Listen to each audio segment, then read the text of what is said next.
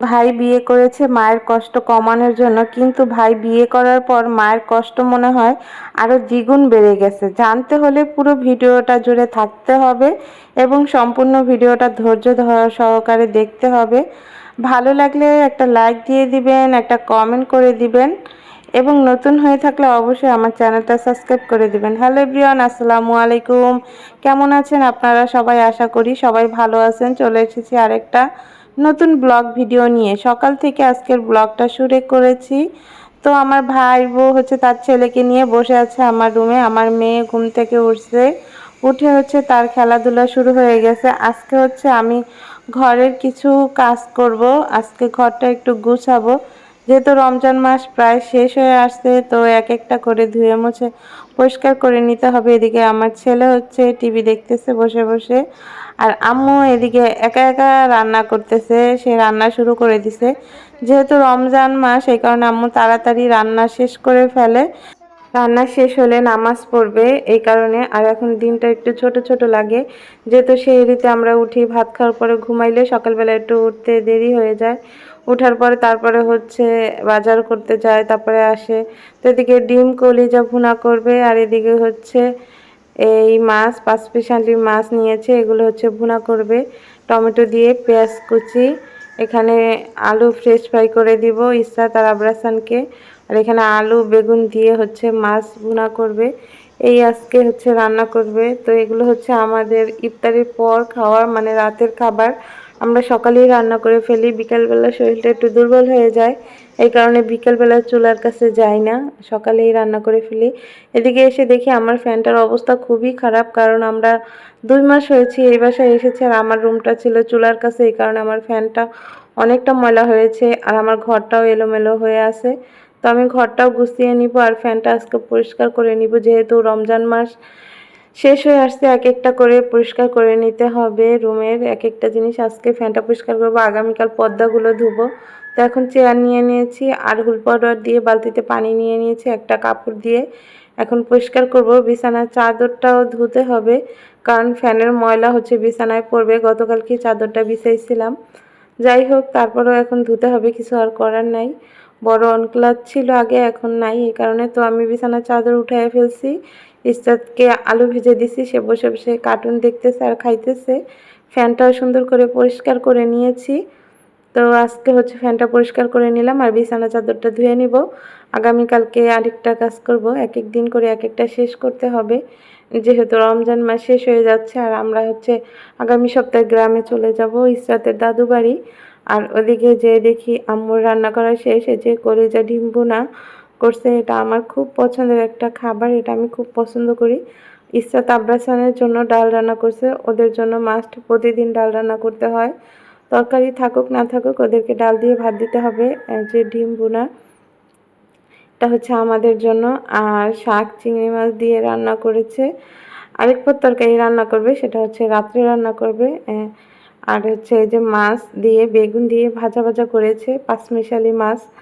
তো তরকারিটা খেতে কিন্তু খুবই সুস্বাদু হবে, দেখেই বোঝা যায়। আরও মায়ের হাতের রান্না, আসলে কি বলবো, মায়ের হাতের রান্নার তো কোনো তুলনা হয় না। তো আমার ঘরটা বেডশিট বিছিয়ে নিয়েছি, এটা ধুয়ে শুকায়ে আবার বিছায়ে ফেলছি, কারণ এখন বাহিরে যে পরিমাণে বাতাস, 1 ঘন্টার ভিতরেই বিছানার চাদর শুকিয়ে গেছে। আর আপনাদের সাথে কথা শেয়ার করব আসলে আমার ভাই বউকে নিয়ে। আসলে এমন কপাল তো আর সবার হয় না, ভাগ্য তো আর সবার এক হয় না, এটাই বাস্তব, ভাগ্য সবার এক হয় না। ইসরাতের বাবা মার্কেট থেকে কিছু জামা কাপড় এনেছে আমার ননদের মেয়ের জন্য। তো ইসরাত দেখে এগুলো পরার জন্য পাগল হয়ে গেছে, কিন্তু ওর জন্য আনছে, কিন্তু ওরগুলো পরবে না। যে ছোট জামাটা আনছে আমার ননদের মেয়ের জন্য, সে সেটাই চয়েস করছে, সে সেটাই পরবে। তার বাবাকে জোর করে সে সেটা পরাই দিতে বলতেছে। তো তোর বাবা কি আর করবে, মেয়ে যেহেতু কান্নাকাটি করতেছে, এই ছোট জামাটাই ওকে পরাই দিছে। আর ও কিন্তু অনেক হ্যাপি হয়ে গেছে জামাটা পেয়ে।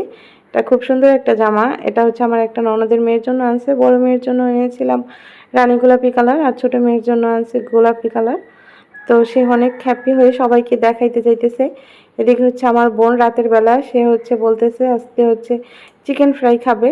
তো এই কারণে এখানে চিকেন ফ্রাই করার জন্য মাংসটা সুন্দর করে পিস পিস করে নিচ্ছে। এখানে একটা মুরগি নিয়েছে, ফ্যামিলির সবাই মিলে আমরা আজকে খাবো। ভেষণ নিয়ে নিয়েছে আর মাংস এক একটা করে দিয়ে পানি ঝরায় রেখে দিছে। তো এটা হচ্ছে ভাজবে আর হচ্ছে পরোটা বানাবে রাতে খাওয়ার জন্য। যাই হোক, ভাইবোর সম্বন্ধে কিছু কথা বলি। আসলে আমার ভাই আমার ভাইবোকে বিয়ে করে আনে আমার মেয়ের যখন বয়স 6 দিন, তখন সে বিয়ে করে আনে। বিয়ে করে আনার একমাত্র কারণ ছিল আমার মায়ের অনেক কষ্ট হয়ে যায় একলা সংসার সামলাতে। এই কারণে সে বলতেছে তোমার অনেক কষ্ট হয়, এটা আমার সহ্য হয় না, এই কারণে আমি বিয়ে করে এনেছি। যাই হোক, সবাই খুশি যেহেতু একটা মাত্র ভাই বিয়ে করে এনেছে, কিছু বলার নাই, কি বলবো। তো আমরা খুশি হয়ে বললাম ঠিক আছে, ভালো কথা, তুমি বিয়ে করেছো, ভালো করেছো, সমস্যা নাই।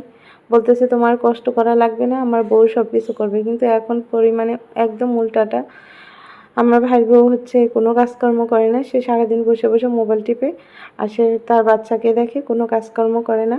সমস্ত কাজকর্ম আমার আম্মু করে, বাজার করে রোজা রেখে, তারপরে আবার হচ্ছে রান্না করে। সমস্ত কাজ আমি যতটুকু সময় পাই মার সাথে যেয়ে রান্না করি।